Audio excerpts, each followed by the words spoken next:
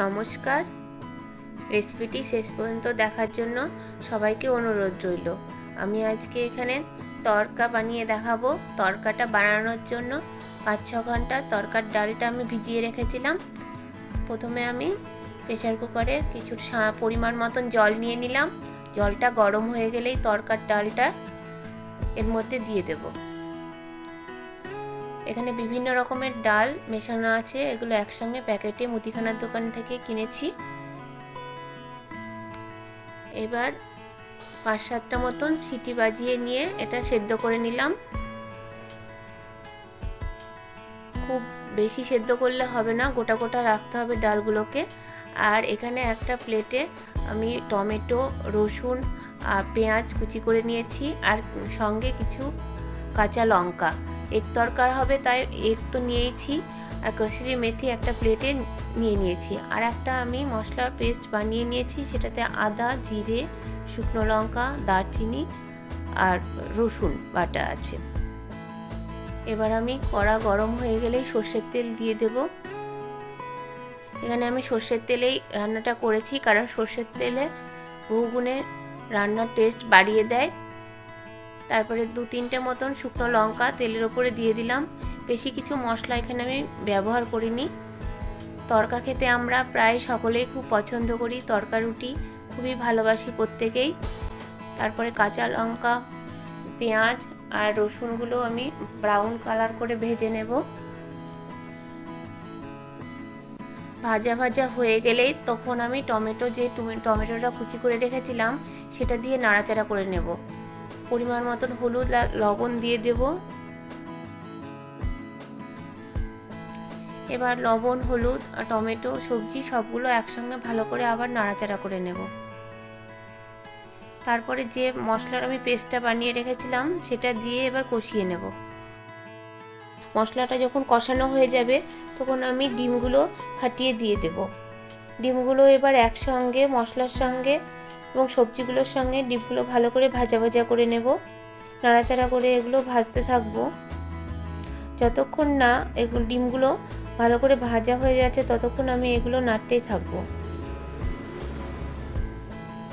ডিম যে যেমন পছন্দ করে সেরকম ডিম ব্যবহার করবে। যেহেতু এখানে আমার ডালটা তড়কার ডালটা পরিমাণে অল্প ছিল, তাই আমি এখানে 2টো ডিম ব্যবহার করেছি। আপনারা আপনাদের প্রয়োজন মতন ডিম ব্যবহার করবেন। এবার এগুলো ডিম এবং সবজিগুলো সব প্রায় ভাজা ভাজা হয়ে গেছে। এবার আমি যে ডালটা আগে থেকে সেদ্ধ করা ছিল সেই ডালটা এবার আমি মশলাটার মধ্যে দিয়ে দেব। ডালটা খুব বেশি সেদ্ধ করলে হবে না, একটু গোটা গোটা রাখতে হবে। এবার ডালটা আমি দিয়ে দিলাম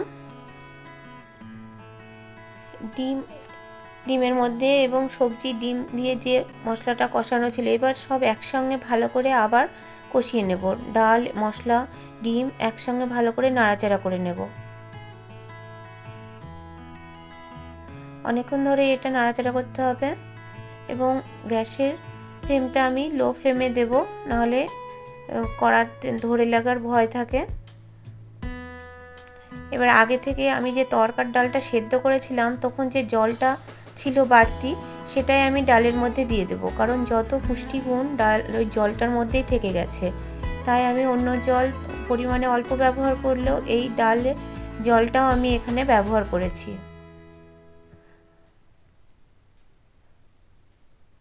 তারপরে এখানে আমি একটা মশলা ব্যবহার করলাম, যে মশলাটা আমি আগে থেকেই বানিয়ে রেখেছি এবং আপনাদের একটা ভিডিওতেও আমি এই মশলাটা দেখিয়েছিলাম কিভাবে বানানো হয়। কিছু ধনেপাতা কুচি আমি উপর দিয়ে এবার ছড়িয়ে দিলাম, কারণ তরকাটা প্রায় রেডি হয়ে গেছে। শেষ মুহূর্তে সেই সময় আমি কসুরি মেথি হাতে মসলিয়ে কিছুটা উপর দিয়ে ছড়িয়ে দেব। এইভাবে 5-7 মিনিট আমি ফুটতে দেব। তরকা রেডি হয়ে গেছে। এবার একটা পাত্রে আমি এটা তুলে নেব। আমি তরকাটা একটা পাত্রে তুলে নিলাম।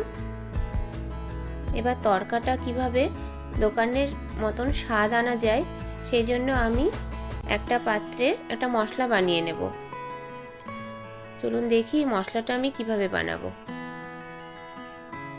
একটা পাত্রে সর্ষের তেল নিয়ে নিয়েছি, তার মধ্যে কিছুটা কাসুরি মেথি, রসুন কুচি আর তড়কা মশলা দিয়ে কিছুটা সময় আমি এটা ফুটিয়ে নেব। খুব সুন্দরভাবে ফুটছে, যখন ফুটবে তখন একটা সুন্দর সেন্ট বার হবে, তখন জানতে হবে মশলাটা তৈরি হয়ে গেছে। এবার তড়কার উপর দিয়ে এটা ছড়িয়ে দেব। এটা দেওয়ার জন্য একদম পুরো দোকানের মতন টেস্ট এনে দেয় তড়কাতে। এবার তড়কার উপর আমি কিছুটা কাঁচা পেঁয়াজ আমি এইভাবে সাজিয়ে নিয়েছি। আমার তড়কা রেডি। যদি ভালো লেগে থাকে অবশ্যই কমেন্ট বক্সে কমেন্ট করে জানাবেন।